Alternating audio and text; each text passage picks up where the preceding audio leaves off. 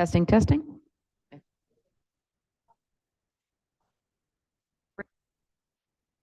Thank you. The first regular meeting of the Medford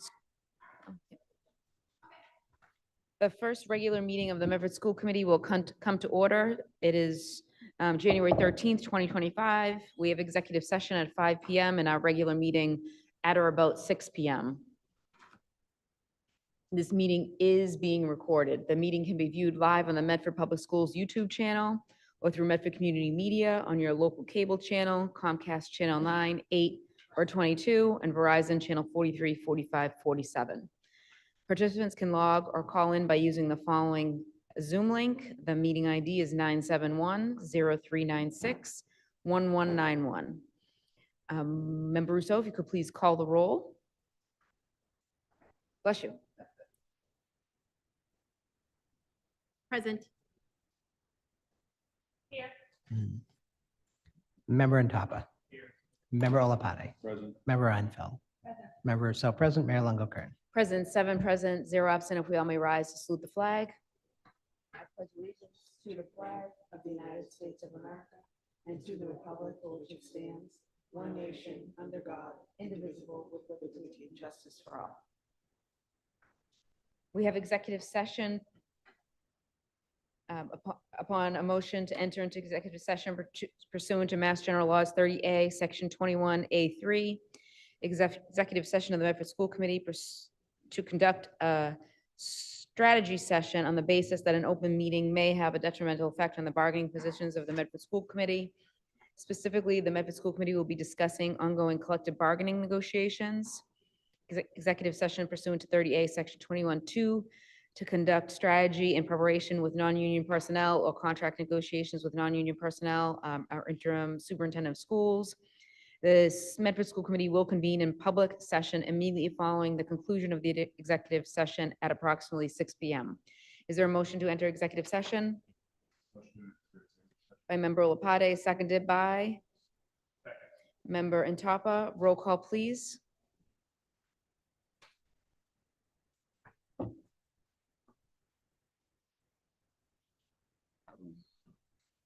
Member Branley. Yes. Member Graham. Yes. Member Ntapa. Yes. Member Olapade. Yes. Member Reinfeld. Yes. Member Rousseau, yes. Mayor Longo-Kern. Yes, 7 in the affirmative, 0 in the negative. We will enter executive session room 207. Member Ntapa.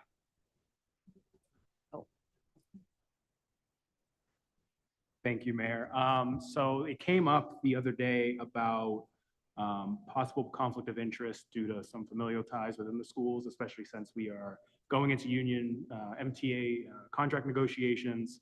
I'm here to say that after talking with the lawyer of the day, with the state, they have advised me that due to the severance of how far we are in terms of, being family, and because there's no financial gain on my end, the only thing I have to do is file a disclosure of appearance of conflict of interest as required by General Law 26A, Section 23B3.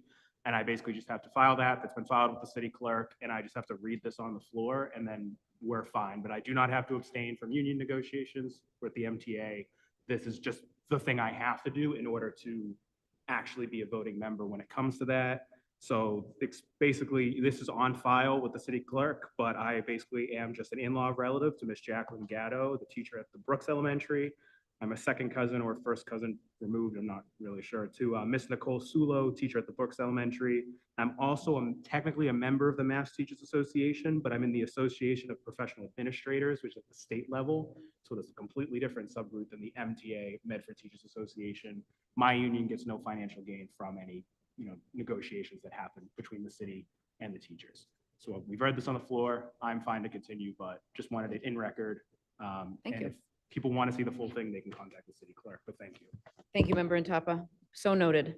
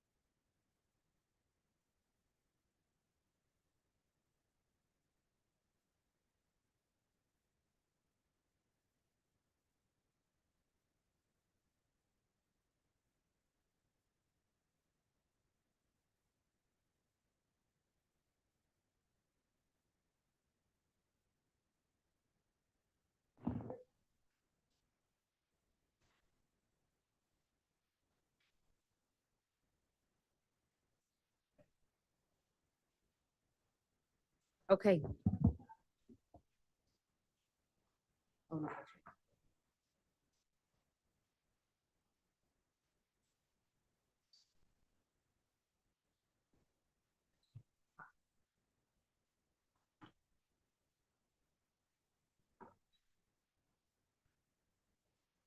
Dr. Cushing, do we have any student reps?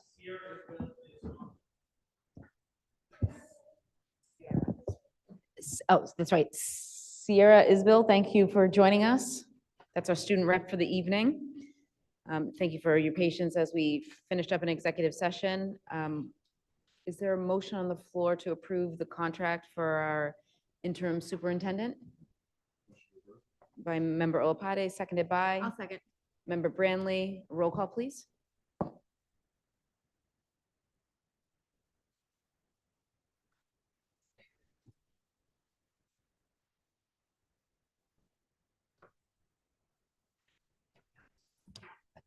Who first and seconded it? Member Olapade and First. Member Branley seconded it. Thank you. Member Branley. Yes. Member Graham.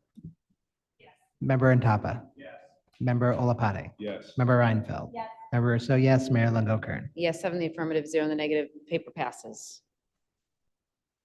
We have good of the order, which is our fourth item on the agenda.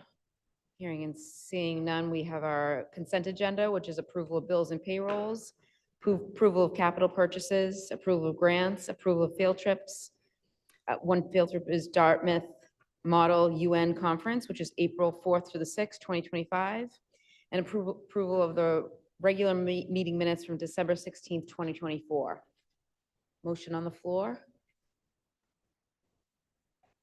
By Member Rousseau, seconded by Member Reinfeld. All those in favor? Aye. All those opposed? The consent agenda is approved. We do not have any reports of subcommittees this week.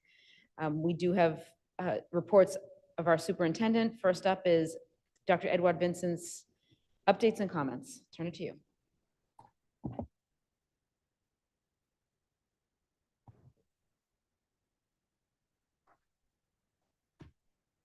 Good evening, everyone. For all those joining us tonight at tonight's meeting, I hope everyone did have a wonderful holiday season and a joyous start to 2025.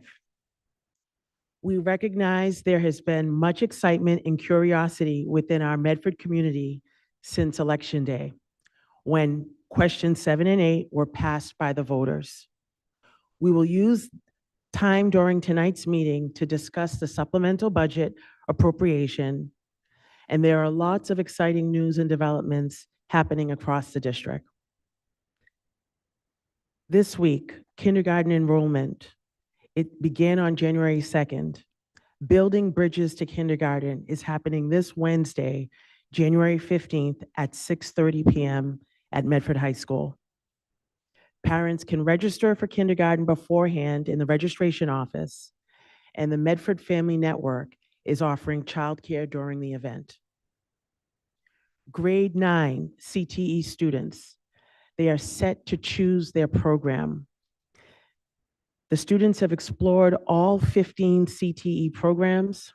They will choose their top 3 CTE programs or choose to take arts or technology electives for the rest of the year. Principal Fallon is offering an informational Zoom this Thursday, January 16th at 6 p.m. All that information can be found online. Also this weekend, Sunday, January 19th, is the 6th annual Tufts University Classic. The girls' games will start at 12 noon, and the boys, their game will start at 1:30 p.m. It will be held in the Cousins Gymnasium at Tufts University.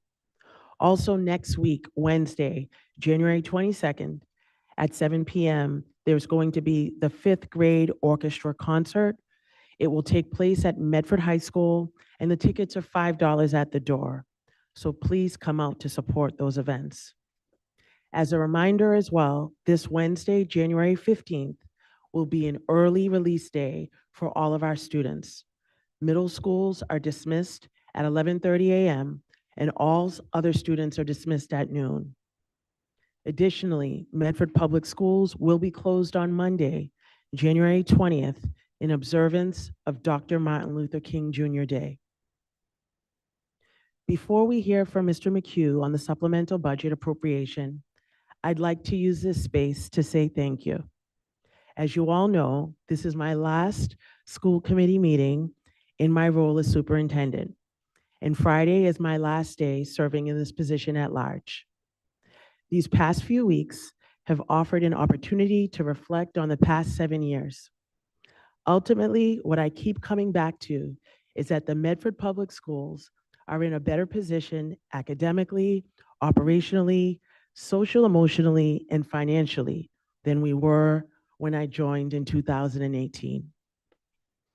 Together, we created the district's first ever strategic vision built on the ACEs model of achievement, collaboration, equity, and support.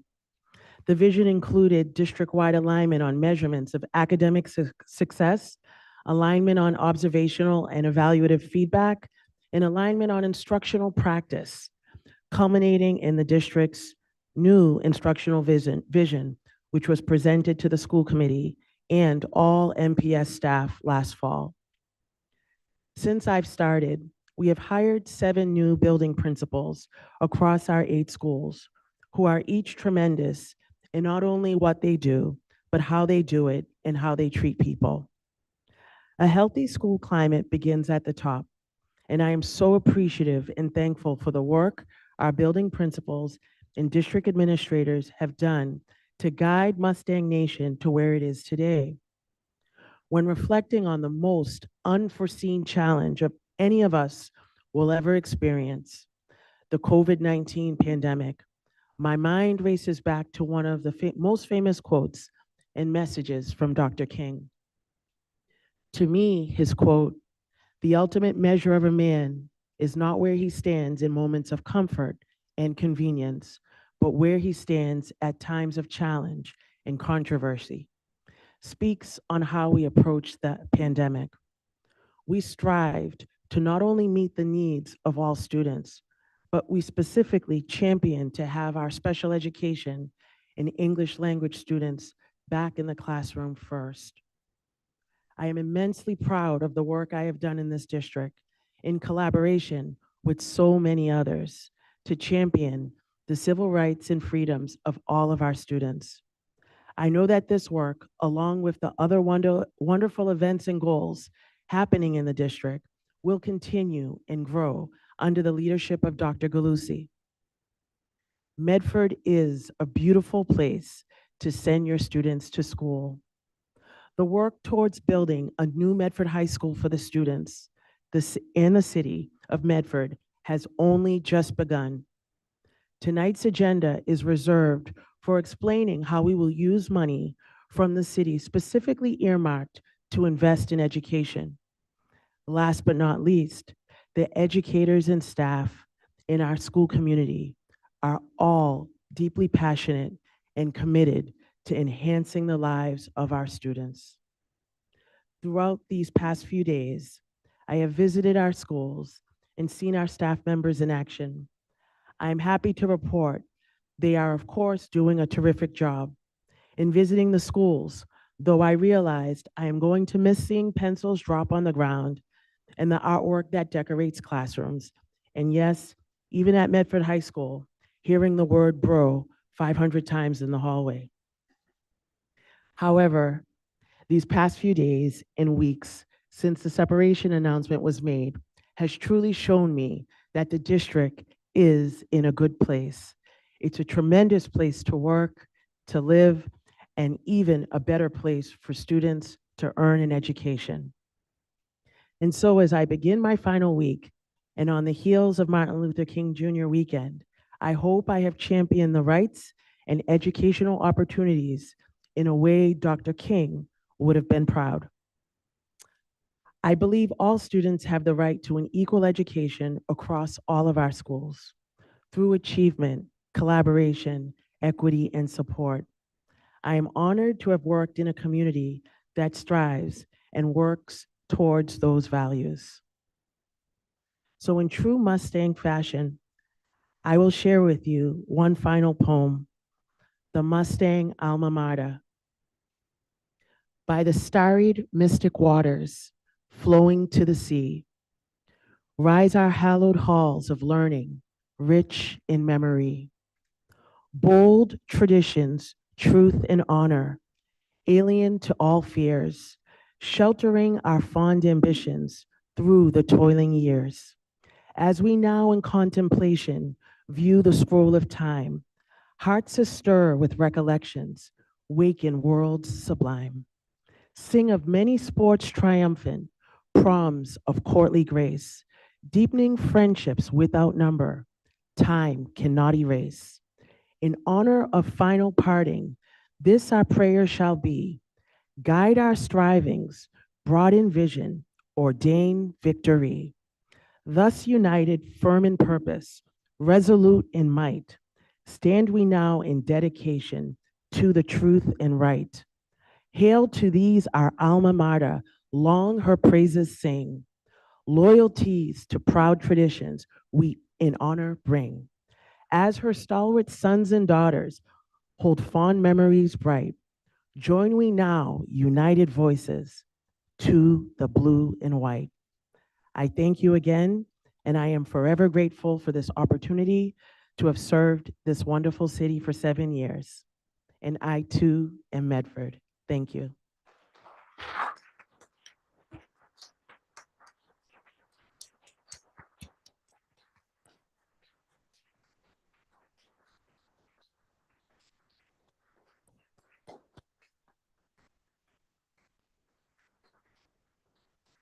Thank you, Dr. Edward Vincent, and hopefully anybody that is going to be around will stick around at the end. We're going to present you with a gift, and we have a cake to thank you for all you've done over this last 7 years.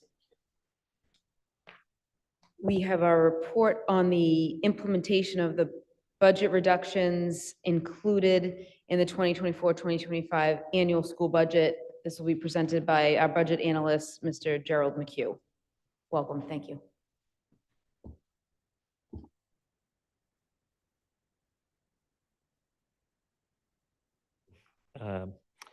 At the request of the school committee, a report was requested to summarize how we implemented the cuts that were adopted in the FY25 budget.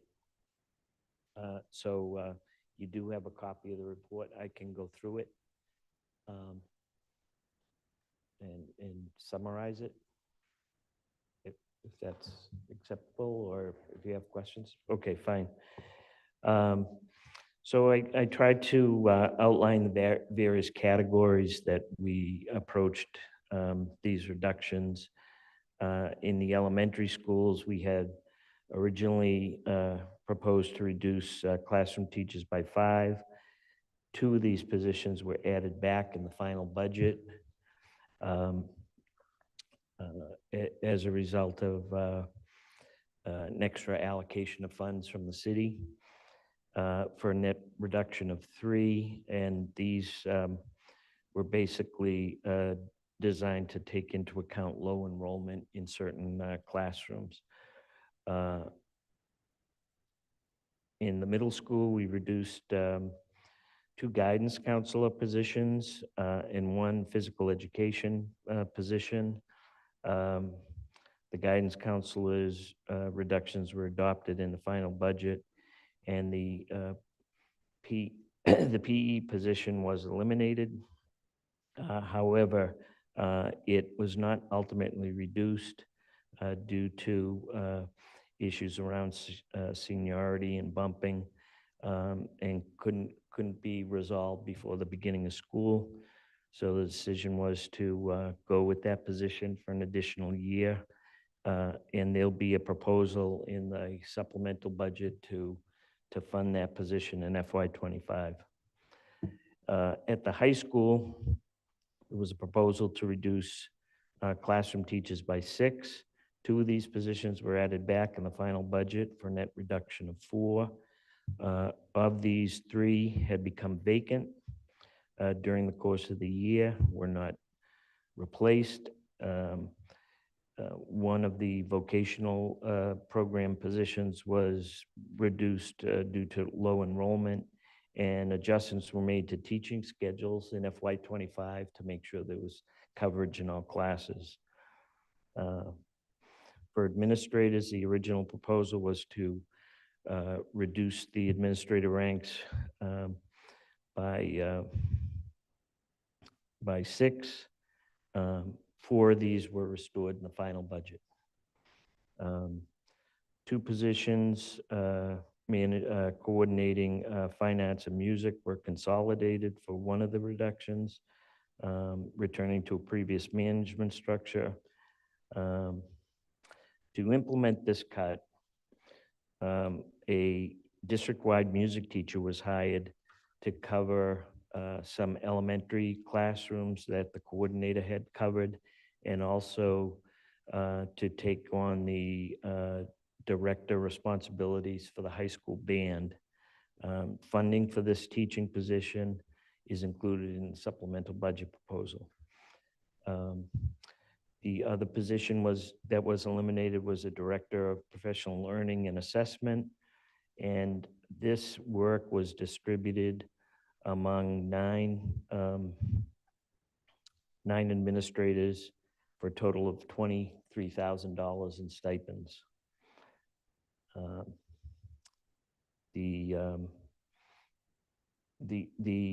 distribution of that work was by design, so it wouldn't be burdensome on any one particular administrator. And one of those stipends is only through the end of this year and will not be carried into FY26.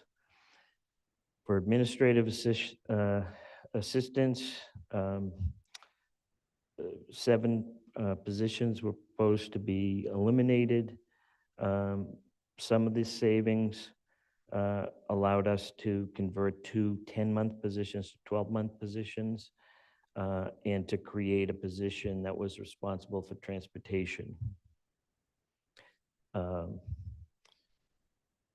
And then we combined certain programs like health services was combined with the guidance program in terms of support. Multiple curriculum departments were handled by 1 individual instead of 2. And then there were 4 stipends, 3 stipends created to take on any work that could not be distributed to other administrative assistants. And the total of those stipends, there were 3 stipends for $950 each, for a total of $28,050. And then, of course, the school committee provided a early retirement program for administrative assistants, which was quite successful. And 5 individuals retired under that program, and that meant that we only had to make 1 layoff out of the administrative assistant ranks. For nurses, we had proposed a reduction in nursing staff by 4 district-wide. 1 of these positions was added back in the final budget, and we are proposing to add back an additional nurse as part of the supplemental appropriation. Other positions included 5 positions that were formerly funded in the ESSA program, 2 literacy coaches, and 3 paraprofessional behavior specialists. These positions were not originally carried into FY25 under our initial budget proposal, and all these positions were added back in the final budget due to the additional city funding. So I hope that provides you with the context you were interested in. I'm happy to answer any questions on it. Thank you, Mr. McHugh. Member Graham? Thank you. Just one quick question or clarification. I believe the 1 administrative assistant who was laid off was pretty quickly recalled. to fill an open position, Yes. Is and that she declined. correct? Yes. and she declined. Okay, I just Yeah. wanted to make sure that the Yep. committee knew that because it happened within like weeks of July Correct. 1. So thank you. Thank you, Member Graham. Member Reinfeld? Yep, thank you for this overview. I think I was the one who initially wanted this report. And one thing that I don't see a lot of here, and I imagine will be coming up in, presumably some of it is going to be addressed in the supplemental proposal. Mhm. But part of the reason for this report was to inform the fiscal year 26 budgets, particularly around the impact on students. I know at the elementary level, it ended up tweaking some of the class sizes. Middle schools, I'm still concerned about the loss of the guidance counselors Mhm. and bringing that back. I think I have a middle schooler. I've seen it's working, but I think we've lost some of the aspects of student support Mhm. because these guidance counselors are spending their whole time teaching, and it's affecting also other classes in teaching. And so I'm hoping to see a little more information about the impact on the students. Member Graham mentioned what was happening with the administrative assistants, and these stipends I talked to a few of the people who received the stipends to cover some of the responsibilities from the Director of Professional Learning and Assessment, and that seems to be working reasonably well. I'm curious where you see needing to invest in fiscal year 26 for some of the less budgetary impacts, but the student experience. Yep. So first of all, this report just really Yeah. addresses the cuts that were made. So over the course of the year, we're responding to the needs of the schools as they come up. If somebody resigns, if somebody is out long-term and, needs coverage, so there's always that issue when you implement the budget. It's kind of your best theory of the case when the year starts, and then you have to make adjustments as you go along. So we do make those adjustments when it's necessary.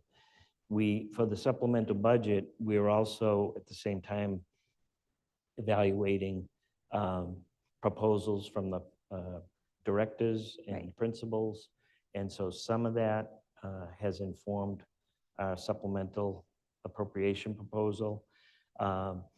We wanted to identify things that we thought we could get going now versus waiting until July 1st. With respect to the guidance counselors, that is a proposal from the director. And so we're addressing that as part of the FY26 budget. Great. Of course, there's a lot of needs. There's some, I think, exciting new programming too in some areas. And so we have to crunch all those numbers, get it all together, and then kind of collectively figure out, what is affordable or sustainable. Yeah, so thank you. That's useful to hear kind of what are the urgent needs that are being addressed by this immediate infusion of override Right. funds, but to note that this is still a conversation that we're having about Yes, the next budget. Correct. And with fidelity to the way the questions kind of directed us Exactly. where to make the investments. Great. Thank you. Thank you, Mr. McHugh. We're going to go on to number 3, which is also a presentation by you, our supplemental appropriation presentation.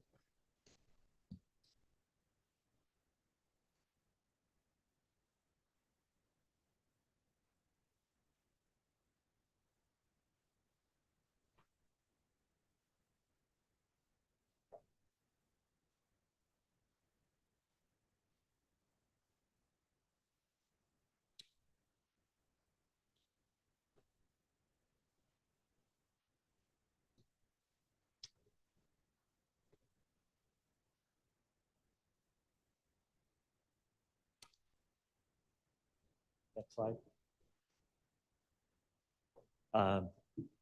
So this there's two sums of money that were approved by the voters. Question 7 provided for $3.5 million, $3 million to the schools for operational costs, but called out certain areas, funding for the cost of teachers, literacy coaches, behavior specialists, administrative assistants, nurses, and regular facilities maintenance. Another $5,000 was directed to the city's Department of Public Works. Question 8 specifically provided for compensation for teachers and paraprofessionals, funds that might be needed to develop a new high school schedule, such a schedule, thank you, such a schedule will be designed to improve access to the arts and vocational programming and to expand classroom instructional opportunities. And that, it's presumed that, these funds will carry forward into future fiscal years.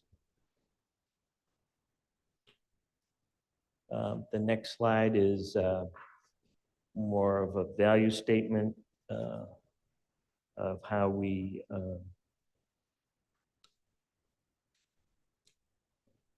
look at how we distribute fundings, and we wanted to be first, what's in the best interest of students, and then making sure that all areas of operations are adequately funded. For question 7, we have we've broken up question 7 into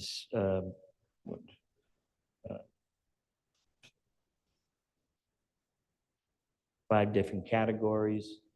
We have money that was advanced by the city at the time the FY25 budget was adopted. You might remember that early in the process, I had identified, I think, a little over $2 million in cuts that would have to be affected to balance the budget, and that there were still an additional $4 or $5 million cuts that weren't addressed at that time, when I was just trying to communicate to the school committee kind of the magnitude of our budget problem in FY25. The city heard that and proposed new money, and then proposed an additional sum of $1,750,000 as more or less a down payment in advance of the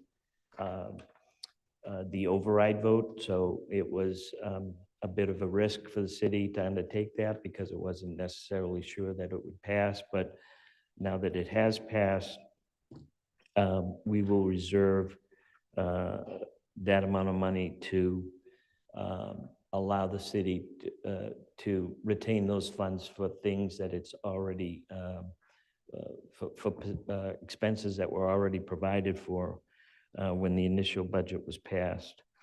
And as I alluded to in my previous report, there were a handful of positions that were not originally funded in the FY25 budget, but were still retained in FY25 that have to be funded now. We've identified certain new positions during the course of the year that we would like to use these funds to balance our budget. We're proposing new positions as well as a result of budget discussions with principals and administrators, and other expenses for facilities, technology, to shore up funding in those areas. So in terms of the money that the city advanced, 14 positions were added back to the budget: 2 elementary teachers, 2 high school teachers, 2 literacy coaches, a nurse, 4 curriculum administrators, and 3 paraprofessionals, behavior specialists. 500,000 was also provided to do a refresh of our Chromebooks that our students use. And this will, provides a budget now for the annual refresh of our, all our deployed devices. The, the positions that were not originally funded in the FY25 budget include a kindergarten teacher that was retained because of projected enrollment, the PE teacher at the middle school I talked about, and an administrative floater, which was a position that had existed but was funded in the food service budget. That person did some work for the food service department, but was frequently deployed out into the other schools as needed. This position, however, we failed to provide for this position in the general fund budget in FY25 because we depended on having that position when we reduced the administrative assistant staff. So we're looking to reinstate that position on the general fund with these, with the supplemental funding. We had also positions that were identified as needed after the FY25 budget was adopted. And these include 2 swing shift custodians that were provided for in the custodians collective bargaining agreement. And this provides Medford Public Schools with coverage over the weekends when we have different community groups in using the schools, and reduces our reliance on overtime to provide that coverage. We hired an additional payroll administrative assistant. During the course of the year, there were medically related leaves of absences. In the payroll department, there was only 2 administrative assistants that provide payroll, provide a payroll function. And we think that you probably were aware of payroll problems within the payroll department in FY24 and prior. And our view is that was related to understaffing in that department. And we feel like the payroll supervisor and 3 payroll administrative assistants is really the proper staffing for the amount of people that are on the payroll, for the variety of fringe benefits that Medford offers to its employees, and the issues around payroll have been greatly reduced now that we have a staffing up to snuff. And of course, we talked about the district-wide music teacher that we hired to make sure we had adequate teaching capabilities for our students in the middle school and the Medford High School band. Continuing on, these are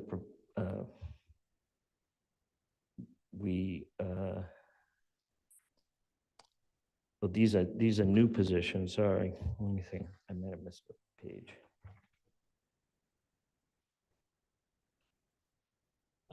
So new positions we've identified since the passage of it said supplemental appropriation, should say FY25 budget.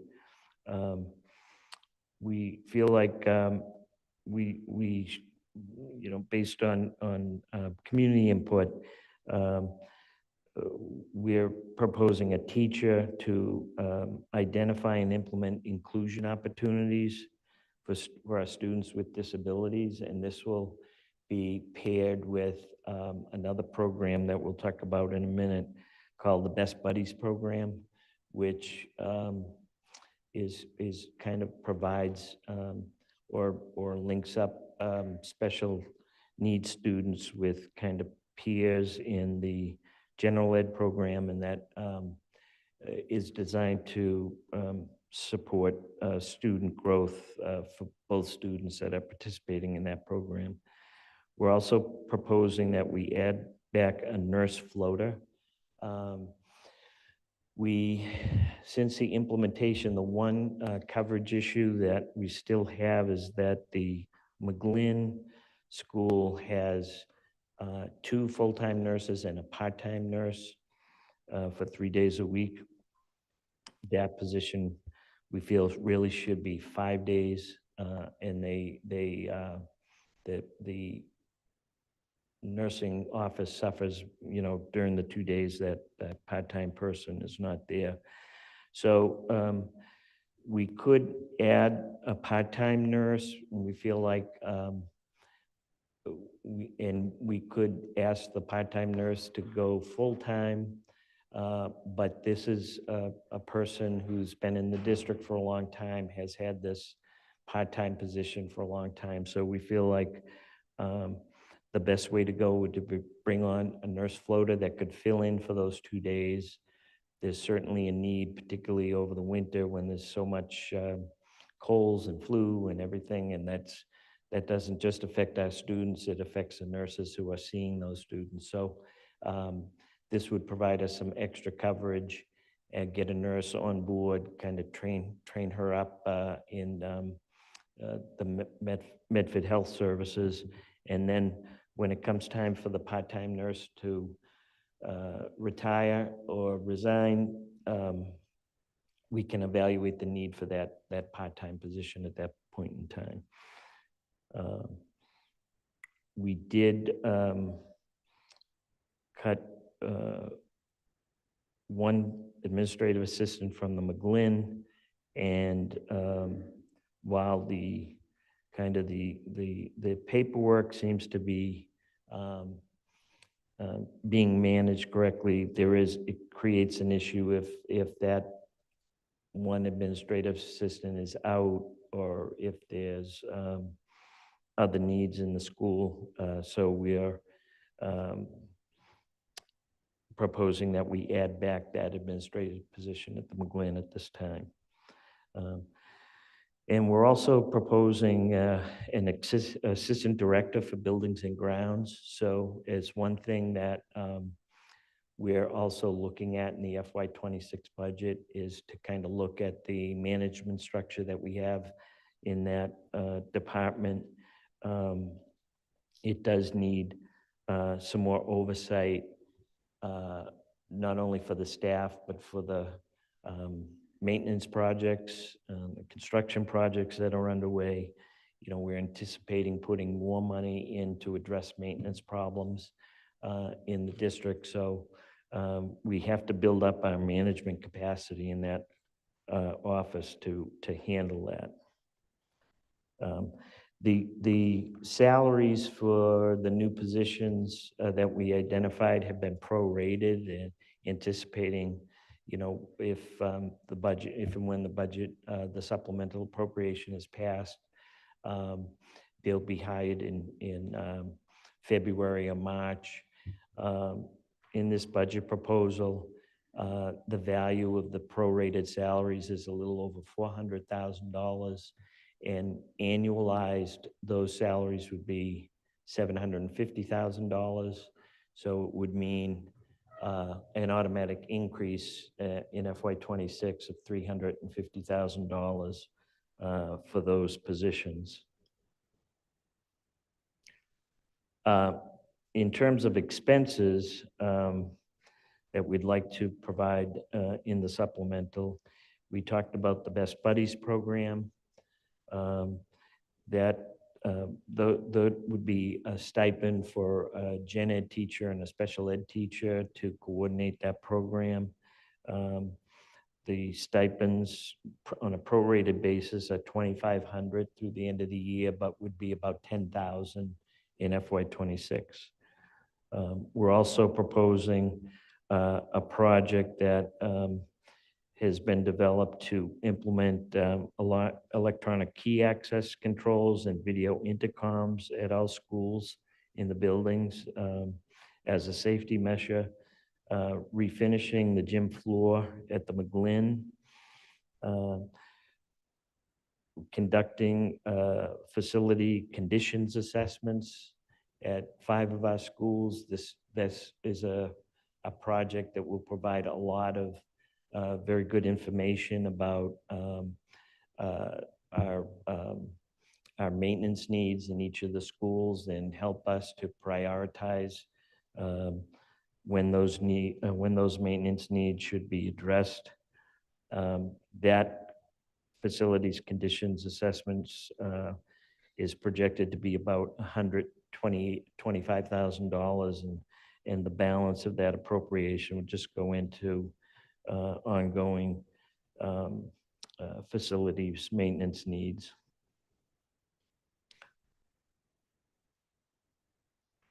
We're also proposing an E-rate project to replace all the wireless network access points in our network. So these are beyond their useful life and have limited bandwidth capacity.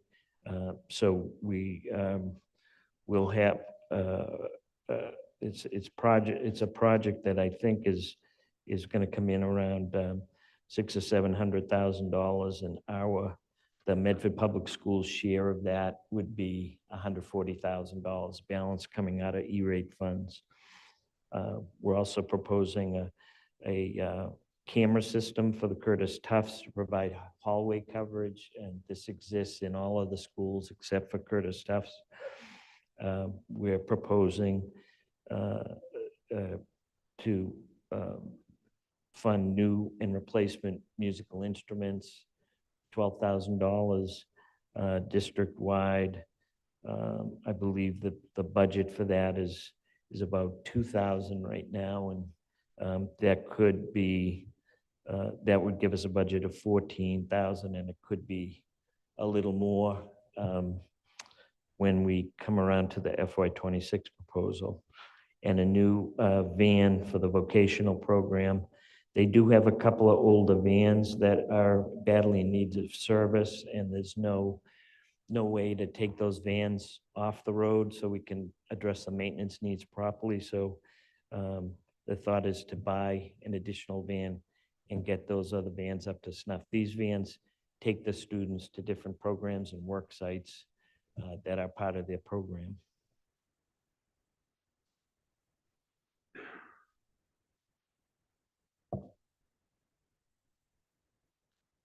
So the next slide is just a summary of how we allocated the question 7 funds. 1.7 reserved by the city to fund those that additional appropriation to the FY25 budget, and then another $1,250,000 in other expenses as identified. Maybe I'll stop here if people have any questions on the question 7 part. Member Branley? I think it was slide 4, question 7, slide 4. Let's see.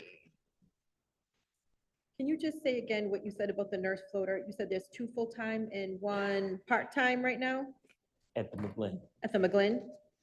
And then it would be beneficial if we had another part-timer as a 2-day floater, correct? Is that what you just said? I just want to make sure I made my notes correctly. Yeah.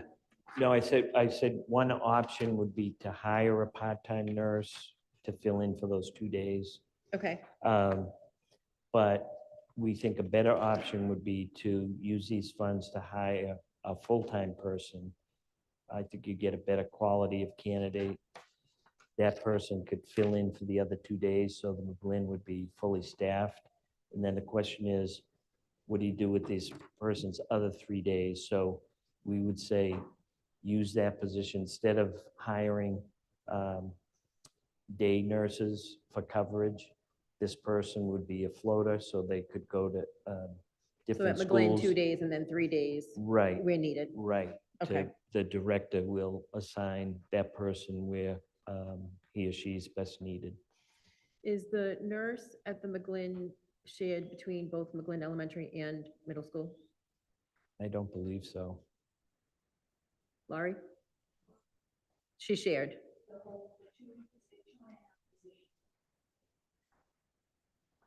So it's all Oh, together. okay, I thought you meant the Andrews and the McGlynn. Did I say McGlynn, or did I say Andrews? I Okay. could have very well said the wrong Okay. thing. Yeah, I mean, Right, okay, so Yeah. McGlynn all shared. yep. The whole Okay. complex. I think that was it. Thank you. Member Olopade? Thank you. So a quick question. I know that you said, and I think it's on slide 9, about the Best Buddies stipend. That's the 2,500 per like advisor. That's prorated, so that would go up for 26. Yes. Okay, I just want to make sure. So and you said it was 10 grand across the two Yes, of them? yeah, the position will request is 5,000 for each student for the whole year. All right, thank you. And this might be talked about a little bit in question 8. I know there's been some discussion about bus monitors. I know some people in the community have been wondering about what that may look like. I don't know if you have any, if that's going to be further in the brief, or if you have any Right. suggestions about So that. we'll talk about that when we get to question 8. Thank you. We are attempting to address it. Thank you. Member Reinfeld? A clarifying question on the restoring of the administrative assistant at McGlynn. Will that end up being 2 administrative assistants for 2 schools, or will it be 1 per school? Is it designated?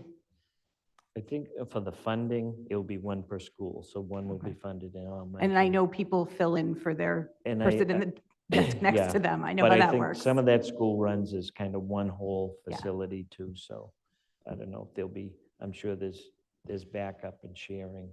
Yeah. But in terms of funding, it'll be 1 for the middle, 1 for the elementary. Great. Member Brandley covered my other clarifying question. And then one last one. You mentioned that the administrative floater had been supporting food services. We're not leaving food services in the lurch by No, transferring that. no. That was, and really that we, we shouldn't have been using that position the we're way we were. correcting. But one of the, we talked about some work that was left over that had to be distributed amongst the existing administrative assistants. So one of those pieces is for food service. Okay. Thank you. I just wanted to make sure we Sure. weren't. Yep. And from the chair, if I may, I believe you had mentioned you'll be working on some sort of draft, even if it's just for staff, that outlines which sections of this were prorated and which sections were one-time funding, so that we can make sure we're budgeting accordingly and don't land ourselves in the Right. same spot a few years down the road. So just Yeah. reminding you of that. Hopefully, I'd love Yeah. to be able to check it out. so Yeah, that- when our FY '26 proposal will be full funding for all the positions that we're requesting. Yeah, it seems, when I reviewed it a few days ago, it seems that the prorated is evened out by the one-time funding spent within the next 6 months. I just want to make sure, we're going to need one-time funding for different things down the line, so I just want to make sure we're not overspending. Yep, yeah. Our budget will be balanced when it's presented. Thank you. Thank you. Was that the end? Oh, question 8. So we- Continue, thank you. So question 8 provided for $4 million in funding.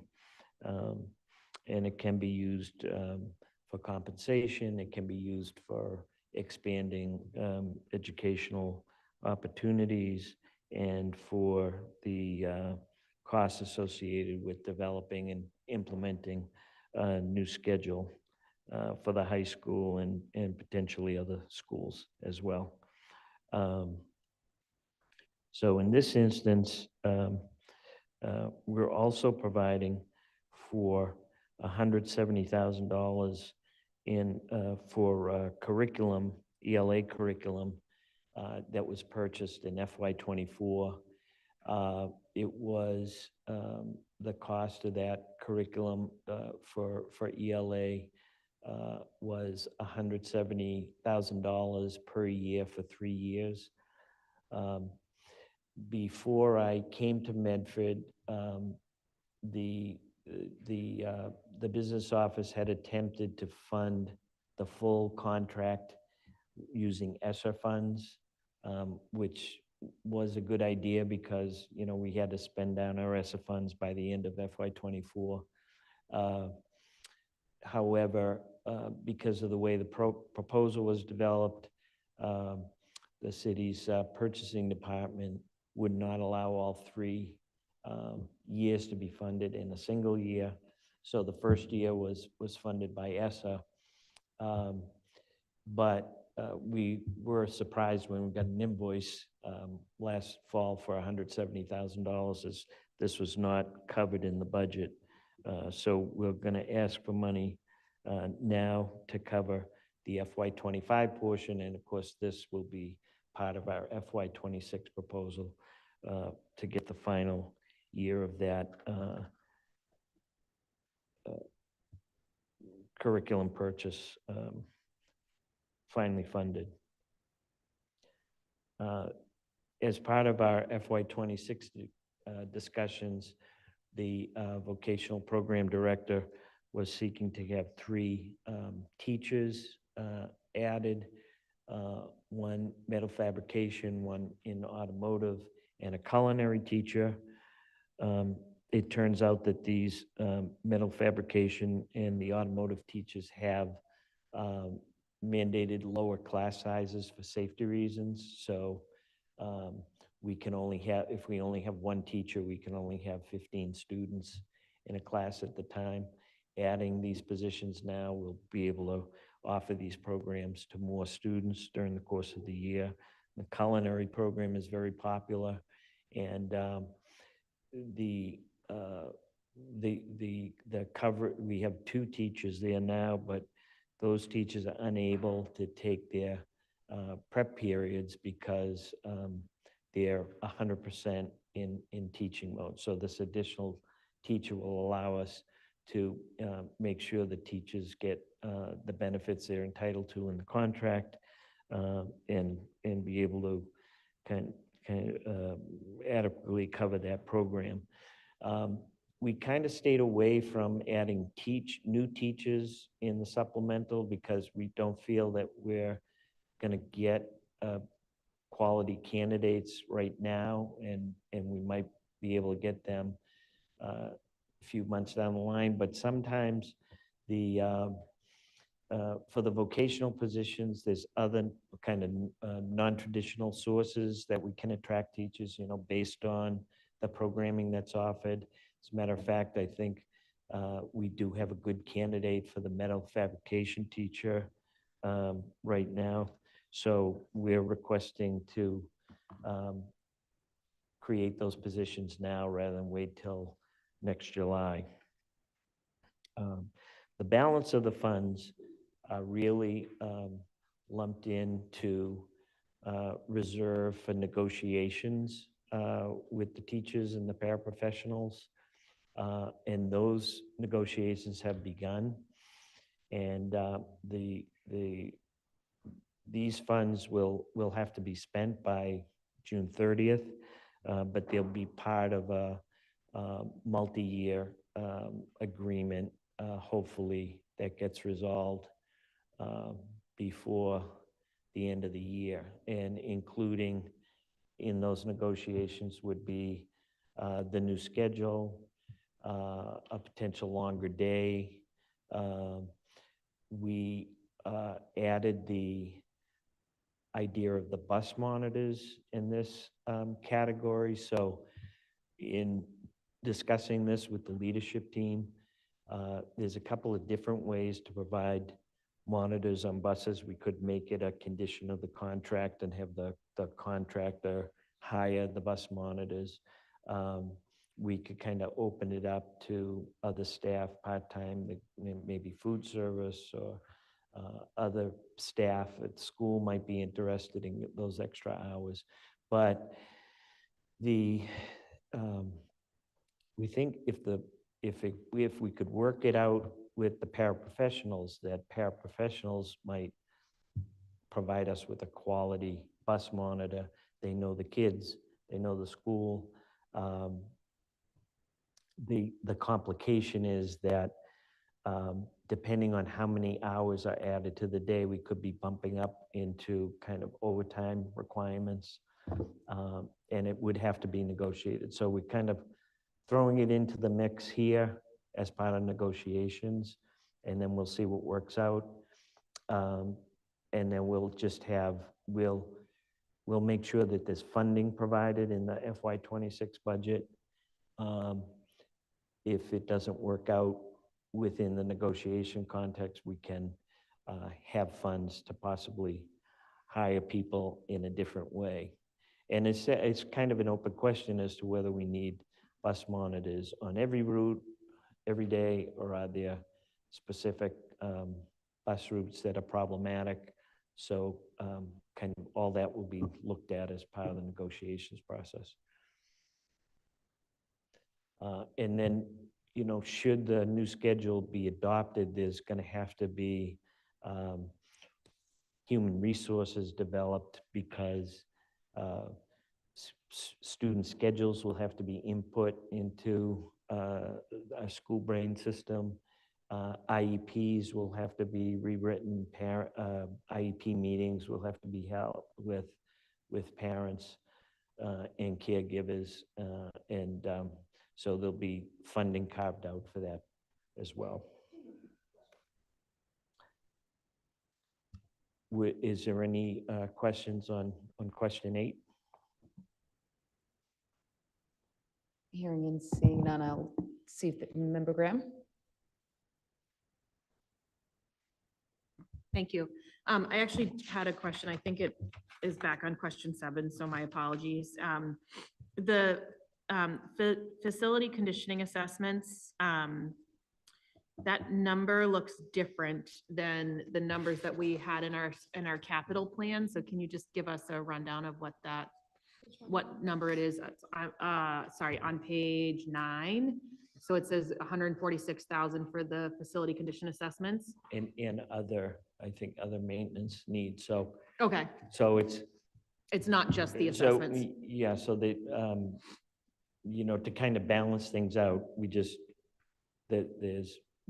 saying $125,000 for the facilities assessment, and that's based on $125,000 for 5 schools. Okay, 25,000 per school, roughly. And then we expect to we've been in talks with one of the house doctor contractors, and they're providing us with some preliminary pricing. So, you know, the passage of the supplemental will kind of dovetail nicely with that process. But that's the difference there. okay. And then my other related question, which again, I think is question 7, is there were three specific capital projects that we identified in our capital plan as things we wanted to see accomplished in FY25, which includes fixing the issue that causes flooding in the kindergarten classroom at the McGlynn, the drainage at the Brooks School, and then the freight elevator motor. And I didn't see those in this presentation. Is that because they're somewhere else, or are they not able to be accounted for in 25? So we're as part of our regular budget, we're moving on the Brooks flooding issue, mini splits, which will start this year and finish in FY26. The flashing issue, I think, because it involves the roof, was part of the HVAC Project at McGlynn. work at the McGlynn. And the freight elevator we're moving forward on as part of our regular budget. Okay, great. Thank you so much. And then Mayor, I think there might be some people in the audience who want to speak when the committee's done. Member Reinfeld, then Member Rousseau. Yeah, I was just hoping you could speak a little more about the logistics of how funds reserved for bargaining for a future contract get spent in the bargaining fiscal year. You alluded to it for a couple of these items, but just explaining how that works. Yeah. Well, I don't want to get too deep into kind of strategy or, topics, but, you know, once there was an agreement, we would, to utilize these funds, some of that agreement would call for payments to take place before June 30th as part of a 3-year contract. So it would be all, if you look at it in terms of what is the total cost of 3 years, some of that funding will come in FY '25. Member Rousseau? Thank you, Mr. McHugh. I'll open it up to the floor. If you could just state your name and address for the record, and have about 3 minutes. So please come on up. Do you need more? A little bit, maybe. Although I have a new best friend, Mr. McHugh. I'm so happy to hear all the stuff that he just mentioned. We're Great. like all like little kids in there. Great. Patricia Cherry, 20 Wellesley Street, Medford. I have to switch it up a little bit because I thought we were going to be coming to ask for these things to be put in the budget. And now we're finding out that you guys, after meeting with you, already put them in the budget. So this is a huge thing for us right now. We are so like, yes, I know, but I just need to let you know that we're all caught off guard here. I had this whole thing written out on why these things are so important to our kids and to our families and why they need to be passed. And it's time that they get passed. It's time that our kids and our families have a seat at the table. We need to be supported by the community. We need to be part of the community. And we're here to say, we're not going to take anything less. The bus monitors is a huge thing. We'll read a little bit on that because I think it's very important that people know. Our children are among the most vulnerable students in the district. The bus ride is often one of the most concerning experiences in terms of safety for our children. It's deeply unsettling to rely on a bus to take your child to school when they may not always have the ability to communicate if or when they are being harmed. Whether that harm is sexual, emotional, or physical, it has come to light that one of our students endured such harm for an extended period of time, and it is likely that many others have faced similar situations. To us, this is unacceptable and quite frankly appalling that the safety of our children with special needs ranks so low on the list of the budget priorities.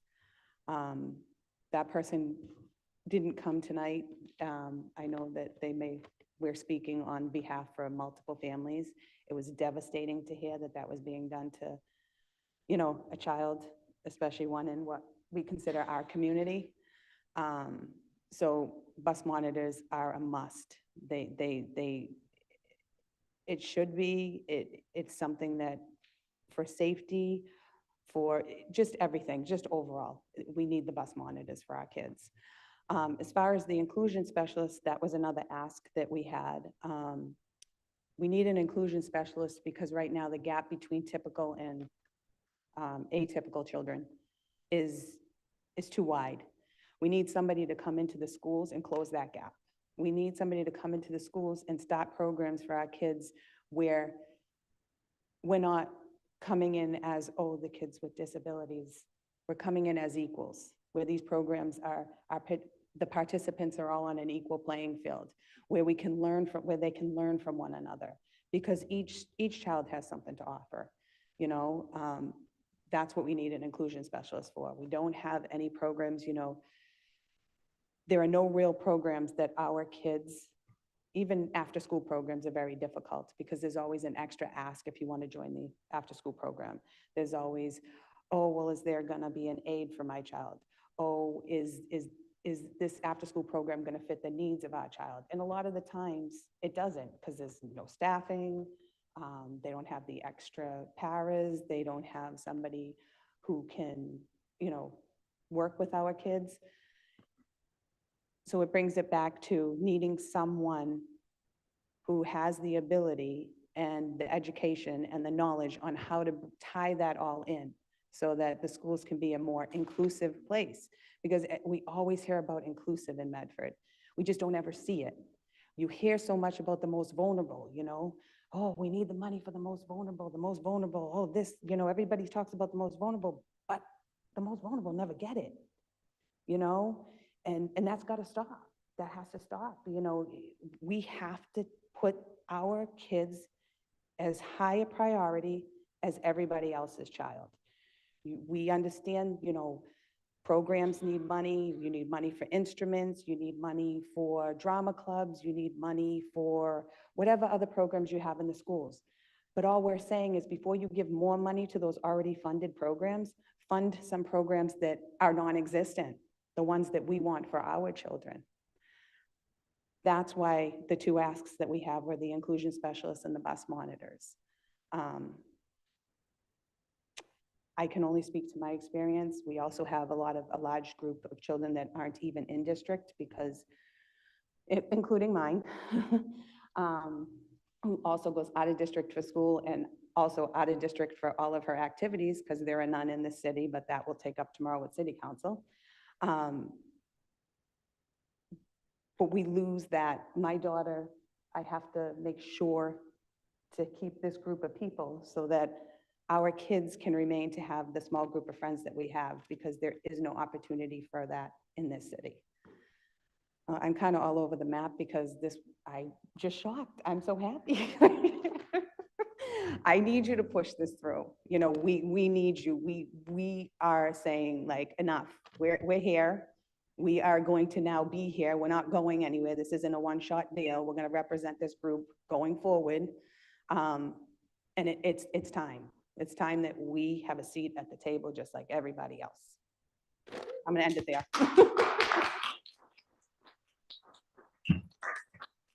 I think that was a motion for approval, so.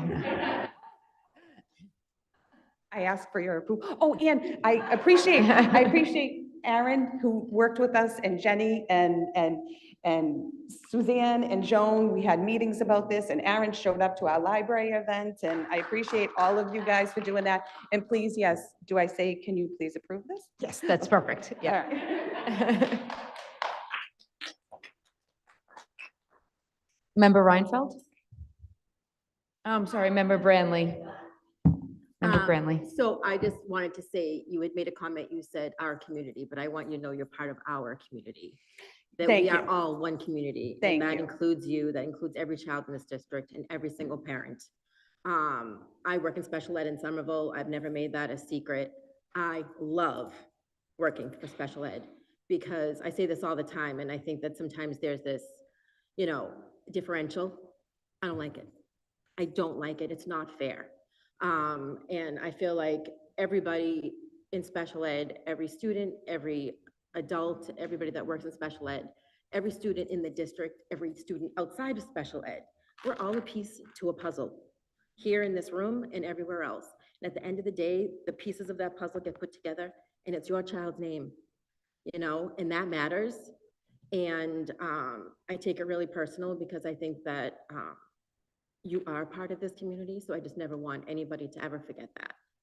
Thank you for coming and advocating for your child. I've stood there and advocated for my own child. I know how difficult that is. So thank you all for being here. And I will be at City Council tomorrow to support you. So thank you very much. Thank you for your words. Thank you. Can I go? Okay.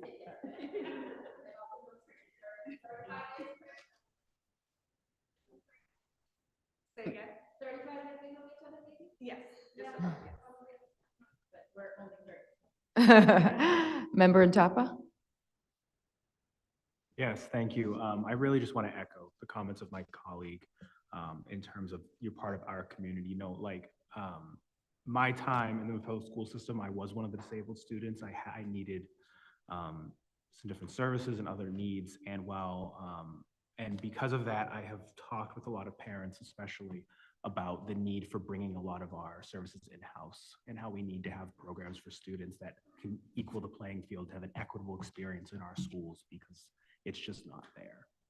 So I want to thank you personally for a lot of the advocacy work that you're doing and for coming here and giving your point of view and thought process. So thank you. Thank you, I appreciate that, but one more thing.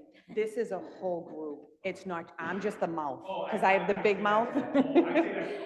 There are people that we've learned for that came before us, like Tanya Sullivan, Melanie, Alex. They've been doing this a lot longer than we have. It's just we're a small group, and because we don't have the resources that we have, we're very tight-knit. So there's a bunch of us. I just have a big mouth.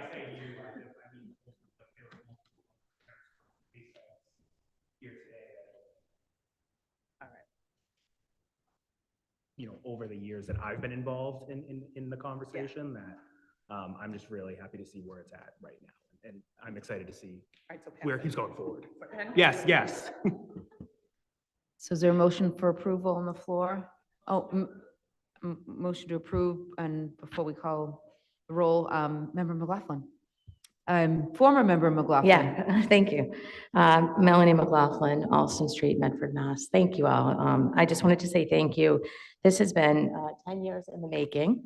And Trish, you did fantastic tonight. I felt like a proud mother, I have to say, myself. And the community is really grateful. And this has been a long time, couple of different special ed directors over the years, and a couple of, a lot of teachers and hundreds of children have passed through this district. And it's tough. I know, and I love that, I can guarantee you Trish is not going anywhere. So, and neither are any of the other families. So, to the families that are watching tonight and to those out there who might hear about this later, what have you, and who work every day as caregivers with their children, who, do extra homework, who advocate at IEP meetings, who do all those things that we know how hard they are.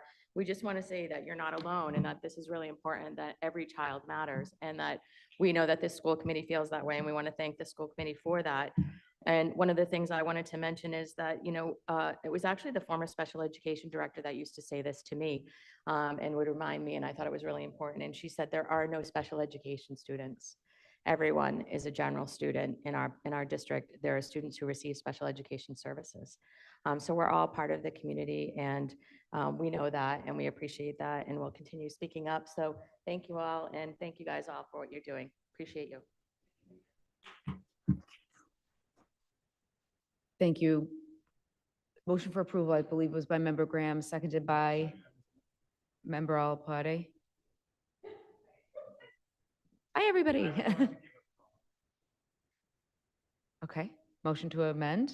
So I know that some of our staff representatives from our nursing union were here earlier, and they had sent an email asking for support because, looking at how the budget's been and the positions that have been reestablished just really isn't doing it for them. And, personally, I have my full support for, reestablishing, the positions that we lost. That was one of the big talking points that we had talked about, or that had been happening. So I would actually motion to pull from the undistributed to either restore at least one floater position, motion to amend the supplemental appropriation of the 2024, just to give them at least, I know that probably having all 4 positions back isn't something we could swing, but I feel like having at least one other additional floater within the unit might be, especially because as it relates to question 8, with extending the day, we may need some additional staffing needs when it comes to that. Through the chair, Dr. Edward Vincent, I think it's in there. That was one of the proposed recommendations from Mr. McHugh Was that, I'm sorry. to so have, to add back 2. Just one. to add a 1.0 position instead of the halftime position. And that person would fill in the 2 days at the McGlynn. Right. And be a floater for the remaining 3 days. So that would add a 1.0 FTE back to the nursing ranks. Right. So- So, I'm sorry, I didn't mean to interrupt you. So then it would go from, so we lost 4, we brought in 1 more, so then 3 were We missing. lost 3. Oh, we lost 3, so then now we're missing 2. So by adding in the one more, we would have added the 2 positions back. Okay, okay. Okay, so we'll take that motion to amend off. Motion for approval by Member Graham, seconded by Member Olapate. Roll call, please. Member Grandly? Member Graham? Member Intapa? Member Olapate? Yes. Member Reinfeld? Member Rousseau, yes. Mayor Longo Kern. Yes, 7 in the affirmative, 0 in the negative. Paper passes.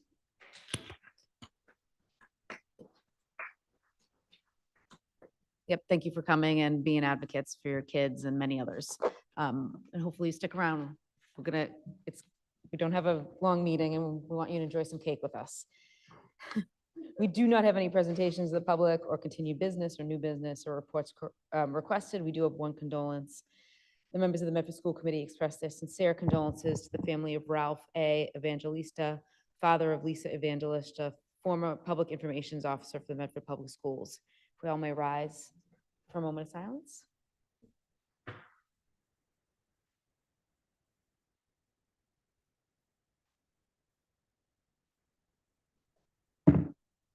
Thank you.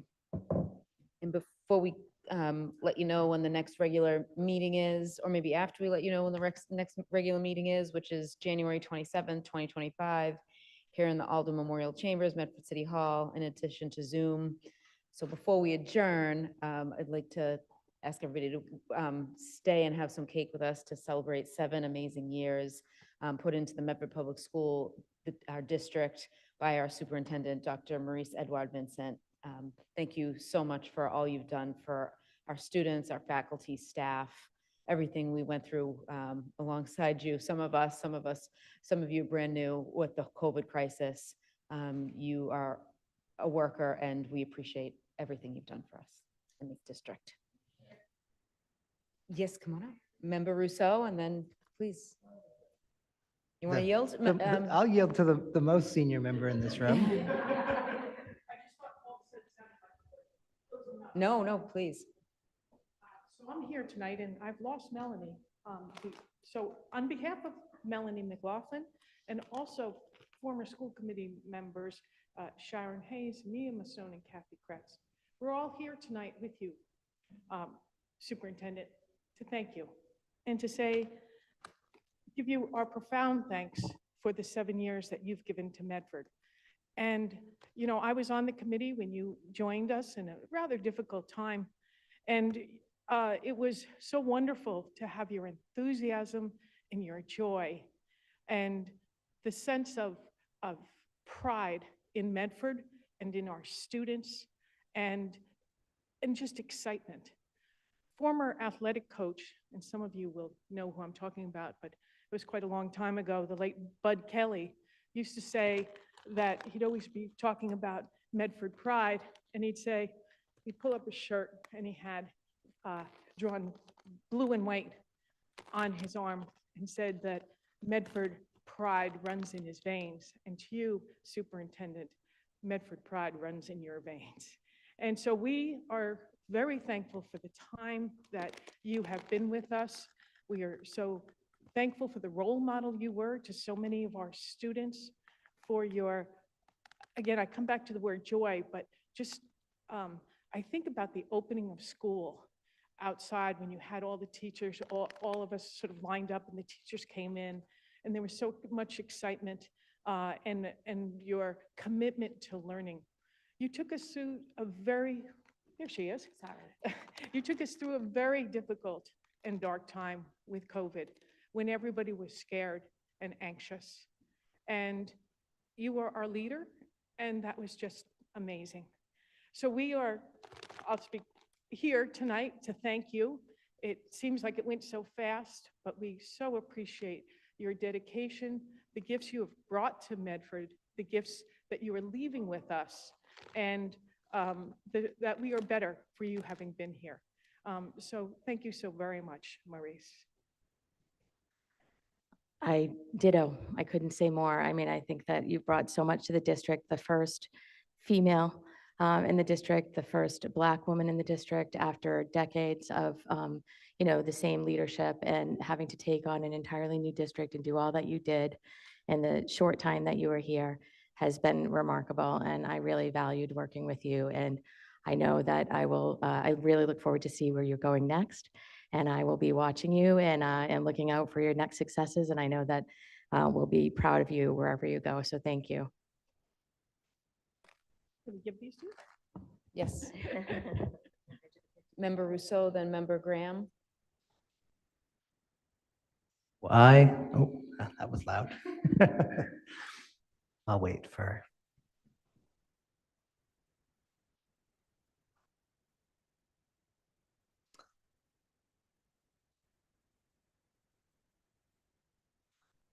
So to limit myself, I wrote it down because otherwise we'd be here all night. So over the last 7 years, I've had the privilege, over 7 years ago, I had the privilege to be part of the superintendent search process where we selected our first new superintendent in a generation. And from the very first round of interviews, it was evident to me who our next superintendent should be. And I was pleased that the members of the search committee and finally the school committee agreed with me. Dr. Edward Vincent was hands down the right choice for Medford, and I was thrilled when she accepted the job. Working with Dr. Edward Vincent has been a pleasure, and I cannot thank her enough for all that I have learned these past 7 years. No one could have foreseen what a wild 7 years this would be. Dr. Edward Vincent's focus on curriculum instruction was what we needed in Medford, and she delivered.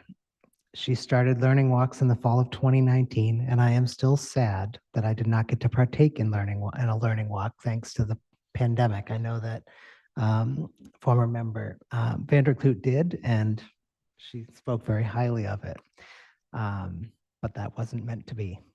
The pandemic could easily have been the defining event of your tenure with Medford Public Schools, but your focus on curriculum and instruction, which began before the pandemic, continued through the pandemic and after the pandemic, is what I believe will be your lasting legacy here. And I am pleased we will remember you for this great work. Obviously, you didn't do it all alone. There were many other leaders and teachers who were a big part of that, but you had to lead. So the job of the superintendent is truly massive. The day-to-day lives of thousands of students, staff, and families are in your hands. Dr. Edward Vincent gave her all, and no one could ever have questioned whether she was doing what she thought was best for students. The pandemic was a trying time for everyone. Many people lost their lives. Many more lost their ability to support their families. Focusing on providing food to students in need when access to our school meals program was suddenly shuttered was something I'm proud of, and Edward Vincent was all in on this critical issue. There was no playbook for what to do next when the pandemic began. Dr. Edward Vincent led the district through a very trying time, and for that I am forever grateful. It took a village, but we limited the amount of learning loss as best we could. Expectations for students, teachers, staff, and families about what public education meant were turned upside down. Dr. Edward Vincent has continued to lead us as we continue to work to mitigate learning losses caused by the pandemic, and I'm grateful for the focus on the mental health of our students and staff. Education is truly a unique domain. Everything changes every day. That is not hyperbole. Federal, state, and local laws, regulations, and rulings change how education is implemented with breakneck speed and often little time for implementation. Research on best practices in education is released at a completely uncontrolled speed. Our students, staff, and families themselves change too. The saying that the only thing that is constant is change is true in education as well. I would further add that each of us from one moment to the next is not the same, nor entirely different. Dr. Edward Vincent has led thousands of people for 7 years through never-ending change, and we are better for her efforts. On a personal note, I will miss the welcoming nature Dr. Edward Vincent brings to every interaction. She arrives with joy and spreads it liberally, whether welcoming teachers and students back for the first day in person for the first day of in-person education during the pandemic, or at a pep rally, or riding school buses. She is always proud to be a Mustang, and in my mind will always be a Mustang. Thank you, Maurice. Thank you, Member Rousseau. Member Graham? Thank you. I also. Can you hear me? Yeah, okay. I also had the chance to sit on the superintendent search committee. I was not on the school committee at the time. But one of the things that was so striking during that process is every time we talked to you, I thought to myself, Dr. Edward Vincent has a coaching mindset. And it was one of the prevailing things I thought about you as we were interviewing what felt like an endless number of candidates, and they all were so different. There was not two people that were the same. And one of the things that is so evident about the work that you've done here is that coaching mindset. So you truly look for your entire team to deliver. It's not just about you. It's not just about any one person. And I've always appreciated that. I feel like that hasn't always been easy. And I think there have been times where you have brought forward an idea like investing in professional development so that our evaluators could do a better job evaluating our staff in their service to children. And I do remember you getting considerable pushback about that. So the other thing I think about when I think about your time here is that you weren't afraid to start the ball moving in a direction that it hadn't moved before. And being the person that starts things is really hard. It means convincing people that it's going to be okay to do this new thing. It means convincing people that we can do this and the other things that we were doing. And it also means saying no to the way things have always been done before. And I have really appreciated your willingness to hold the line and to say no to the way things have always been done here in this district. It's incredibly important in a district like ours.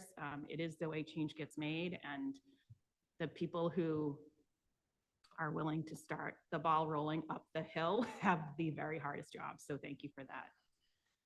Lucas asked me the other day what you were going to do next, and I said, whatever she does, I hope she has time to take a nap because it's been 7 very long years. So thank you. We do have a gift to present you. I don't want to fully unwrap it because we want to get it home safe, but we'll at least unwrap the top.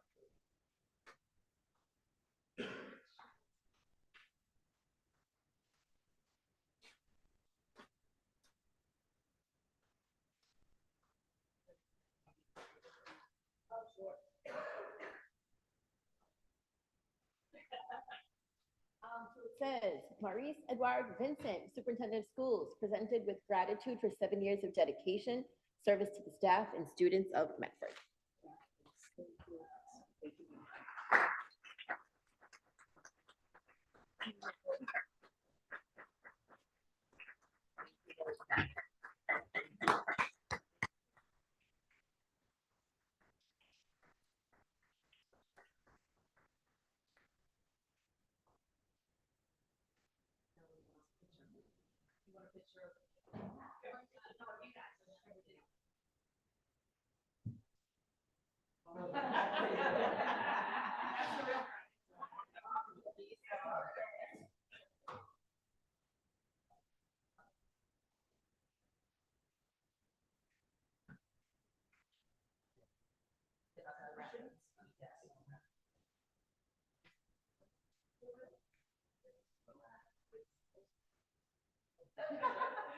It is very sad. I'm from my father. Yeah.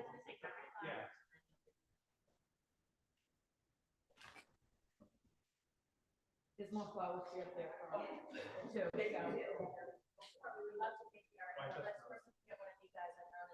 we get one more on that side so we can get out a little bit?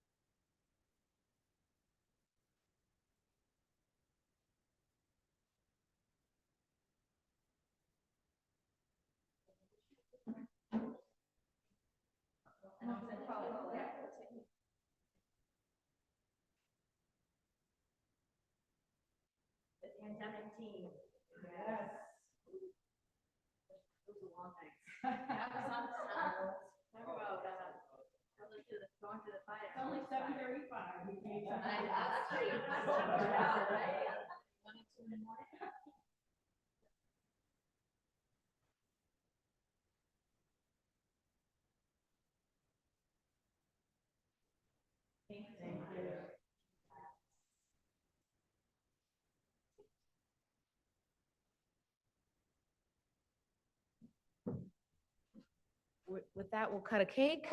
Motion to adjourn by Member Reinfeld, seconded by Member Graham. All those in favor? Aye.